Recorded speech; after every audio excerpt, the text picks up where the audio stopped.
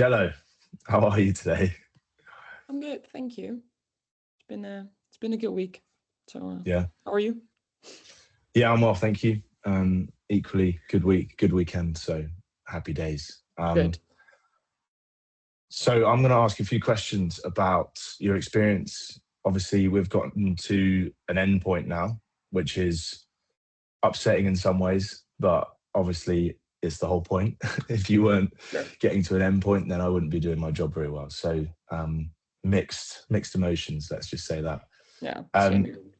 so yeah, I just wanted to ask you overall what your experience has been working with me so far. If I could ask you that sort of generic, open-ended question, and then we'll go from there. Of course. Good. Well, I can go on for a long time now, but my experience in general has been good. I think we've started working together 3 months ago now, and well, we talked a bit about it last week about the difference between how I came here and how I feel now. It's such a big difference, and I feel like you gave me I don't know, a grip on the situation. Like before I met you, I was drowning. Like I had no clue what I was doing, what was going on actually. And I think since I met you, you gave me the help needed, the structure, the confidence, actually gave me the light at the end of the tunnel that I needed and I now have. So yeah, it's been it's been great. Yeah, well, that's amazing, and that's exactly what I sort of aim to do. I think what is perhaps not super clear on my Instagram, on my marketing side of things, is that quite a lot of this process is just giving you the education and the power to help yourself. So I guess we'll start there then. What was your knowledge and control over your situation 3 months ago when we had the first call? Oh, well, I knew that I gained a concussion, that I was concussed um, for a while, but I had no clue that it could take that long. It happened during a game, and I just played on because I thought, "Ugh, it's just a hit to the head. What can it? How bad can it be?" And I remember going to the football federation here in the Netherlands, and I signed myself up for it, and that was around December, and the hit on my head was in November, so a month later, and they told me, "Yeah, the waiting list is 6 weeks," and then my parents and I said, "Well, I will probably be better by then, but let's just do it anyways." Well, I'm sitting here still in 6 months from that moment. So yeah, I knew that I had a concussion and that my head hurt and that I felt weird, but that was it. Yeah, and I knew that it could go on for like for some people longer, but to be honest, that was it. Yeah, and then within the first couple of calls, did you feel like your education on it changed? Did you feel like you had more of an understanding around the injury and what the direction was? Yeah, yeah, for sure. I think in the beginning, I was just thinking it was my head because I thought a concussion is, of course, with your brain. Well, that is in the beginning, of course, but I think during well, already the first call we had or the second, you just gave me already so much knowledge around it that like what happens inside your brain, what happens after, why are you feeling like this, why do certain things happen, and I think that was quite important to understand because then you just get a better understanding of why you still feel like this, Yeah. um, and and that it's not only your brain. Your brain is probably now my brain is probably fine now, but it's just the symptoms around it that is just making me feel like this. And I think that was a good lesson to learn and to help you build on to Yeah. feel better after. Yeah, good. I'm glad because I think that's my goal is as soon as I can give you as much education as possible without overloading you with information, obviously, Yeah, especially when your brain can't take a huge amount. But yeah, give you that education and then you feel like you've got a grip on the situation and you also know what the path is ahead. And it's not just, shooting in the dark and hoping for the best. It's right, we'll roughly take them out this time and this is the plan to get us there. And then if there's anything that gets in the way, you then also know why we're doing different things and why we're trying to mix it around. So at the point we started to working together, what was your like situation at that point? What were your symptoms? Were you in work? Were you doing sport, etc., etc.? Yeah, so that was 3 months into my concussion. So not that long, but for me it felt like ages. Mm. I was not in a great spot, I would say. As I said before, I was drowning and I didn't know what I was doing, to be honest. Like I was working again, like 3 hours a day or something. And I was trying to work out in the beginning, but then I went too far again. I felt horrendous. So I was just doing something that I thought I had to do, but not really a lot of structure. And I think the main issue what I had during this time is the headaches. Like I had constant headaches, feeling weird, foggy at the end of the day, or even in the beginning. I couldn't do anything. I, I couldn't function. I didn't really feel like myself, um, emotionally, physically. Yeah, my parents, they were living in a dark room because I couldn't take any lights. The TV had to be, the sound had to be low. It was just, yeah, not great. Let's say not great. Yeah, not a good spot. And No, I remember specifically being on the first call, and you told me that if I'm looking to the side, it's because I can't look at the screen. And at that point, I was like, okay, yeah, so she's in a bit of trouble here. So yeah. yeah, and so if you could then compare that to where you are now, what would you say the sort of progress is? How are you feeling in general now? I'm looking at the screen now, so that is already a win. No, but I think it's a big difference, and I think during these 3 months, you really need to push yourself to also think back on how you felt and the steps that you take, because you feel like I have felt shit every day, but so the outcome of the day was already always the same, but the things that I did during the day increased so much. Like I'm now at a situation where, okay, I still work less hours, but that was because I took a break, a much needed break. But I'm now building up to doing the bike on 150 beats per minute already. I feel comfortable going to the gym. I have a structure how to get better, and okay, sometimes I do go a little bit too far, but I'm not just in the dark just doing something. It's structured, and I can actually build up. And I go to the gym now every day now, almost every day. I'm back to work. I just feel more myself. Like I feel like I can live my life again instead of needing to lay down or being just a grumpy person who couldn't take anything. Like yeah, it's a big difference. Yeah, and that's amazing to hear. And it's been such a pleasure to see you go through that process. But what about sort of outside of the things you've got to do in your life? So like the career and the gym and all that. What about like your social life and relationships? How have they sort of gotten there? Yeah, I think in the beginning my focus was only on work because I had the feeling that I just joined a new company, so I was only working there for a month. So I put so much pressure on myself just to work, meaning that all the other stuff, so the social life and my friends and like the social activities, they were zero. Like I didn't do it because I just couldn't. And now I can go out for lunch, or I can sit on the terrace with my friends, or I can go to the football stadium, okay, with earplugs and the sunglasses on, but I feel fine. Like I went yesterday and I even had my earplugs out for like 30 minutes enjoying the loud noise. So I can do the fun stuff again, and I don't feel like an outsider, or I have to say no every time because I just couldn't. Like now I feel confident that I can go and do the fun stuff. Um and that, yeah, that makes you feel so much better, and of course as well, but that makes a big difference.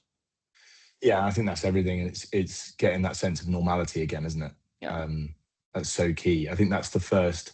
I say it to a lot of my clients. Once we get to a point where we're having a sense of normality again, that's almost like the first step of actual recovery. And then beyond that, it's right, okay, how do I challenge myself to do more than what I would have to do in a normal day? So that's brilliant. And so now you've got that sense of normality again. I guess we're at a point where, we're ready to part ways. You're ready to go off on your own. You're not fully better, are you? No. But what do you sort of feel like now? Why do you feel like you're ready to go off on your own?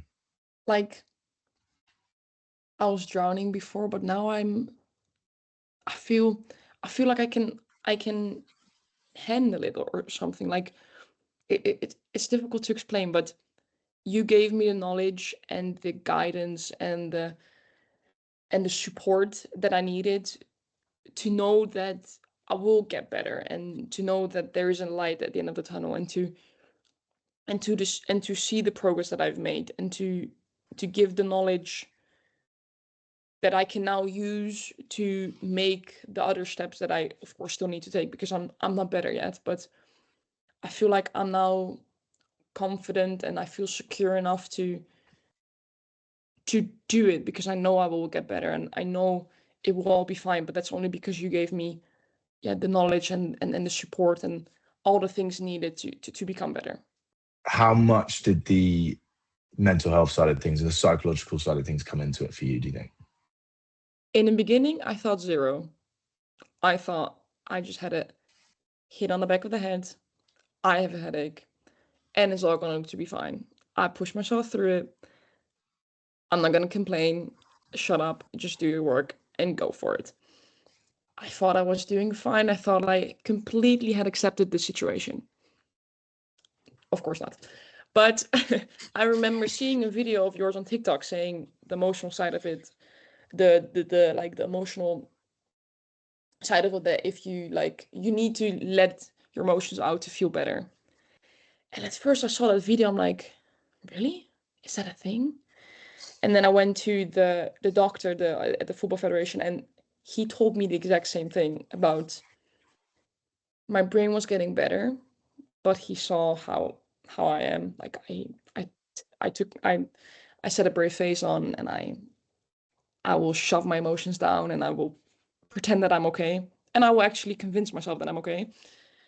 And then after your video and after the conversation I had with him, I'm like, oh, I have not accepted the situation. I definitely don't feel fine. Um, and it's strange that you are in a position where you can just you cannot take anything. Like, the smallest things upset you, and I think you are forced in a position where you cannot ignore your emotions, and you need to face them, and you need to let it out. And you also need to look into your past and see if there are other things that are maybe triggering you, or you never face those emotions. And it's so weird, but it helped me a lot. It's I still find it strange that how it works, and that of course we all know that crying helps, but damn, yeah, the emotional side of it is a big, big, big part, and it keeps you stuck if you don't let it out, or if you don't face it. Yeah, massively. And I think for people that are out there still suffering, I would say it's not necessarily just like actually crying and crying it out of your system. It's just understanding how the psychological and the emotional side can tie in. And it's just, if there's something you need to address or get some clarity on, even that can make a huge difference. And it can be something as silly as an argument you're having with one of your siblings that you haven't addressed for like the last couple of months. So that can tie into it. So it's crazy how much the external factors come into play. So yeah, I'm glad that was something that really helped you. So lastly, then, if you could do sort of a direct call out to the followers or people that might be struggling out there, what would you say to someone that is currently questioning whether to work with me or whether just to reach out for help for their post-concussion syndrome in general? I think first thing to know is that you will get better, because I've seen so many people online saying that they have to live with their symptoms for the rest of their life, and even I got scared of it. And I think to get better and to work for like getting better, you cannot do it alone, because I think the other people, they don't have any clue of what's happening to them. And that's such a shitty situation. I think you need to take action to get better. And for me, you have played a massive part in my life, in this part of my life, to get better, because you gave me the guidance and the help to have hope, and to feel confident again in your body, and to, yeah, I don't know, just to have faith that it will get better. And I think that's only gonna happen if you take action, and if you just have a call with you, talk to you, and just, you are such an ally in this experience, because you've gone through it and you understand it. And I think that's, for me, the biggest, the best part of it is that you understand. And I think it's such a difficult position, because no one really understands you, and that is such a hard part. And you do. And I think it has been amazing, for me to talk to you every week, and to, even if you just listened, and I feel heard, and I feel understand, that's yeah, that's great. So I think people should, because you will Amazing. get better, and you can get better. So Amazing. And I think that's the main part. I think is my opinion is that I don't see how anyone could be too far gone. I don't see why there's always a way to help. Especially with post-concussion syndrome, I feel like there is always a way to help, at least improve your current situation, if not get 100% better. So if I gave you that belief, then I'm really happy that came across. So, yeah, you definitely did. You are, yeah. I cannot even really describe it. It's making me a bit emotional, to be honest, but yeah, people just need to know that they will get better. And with your help, you always get on the better side of it. So yeah. amazing. Well, yeah, I almost choked up but stopped myself at one point there. But Same yeah, we're here, but good. We made it. Yeah. Well, Djelo, it's been an absolute pleasure to work with you. And I'm honestly like, um, yeah, it's just amazing to see someone go from where they were to where you are now. And yeah, I can't say any more because I'm going to cry. same here. Yeah. No, thank you so much. It's been yeah, it's been absolutely amazing, and I can never thank you enough for helping people like us get out of the dark and getting better. And yeah, it's very inspiring. So yeah, I cannot thank you enough. It's it's an absolute pleasure. And yeah, I mean, it's born out of me going through what you're going through now. And so I can't sit here and let other people suffer the way I was suffering and the way you're suffering if I know how to help. So yeah, it's a pleasure. The pleasure is honestly all mine. So yeah, thanks, Djelo. Thank you. Thank you. No worries. All right, cool. That's good. That's brilliant. Thanks, Djelo. No How worries. do I how do I stop this recording so I can The three bawl my dots, eyes and out? then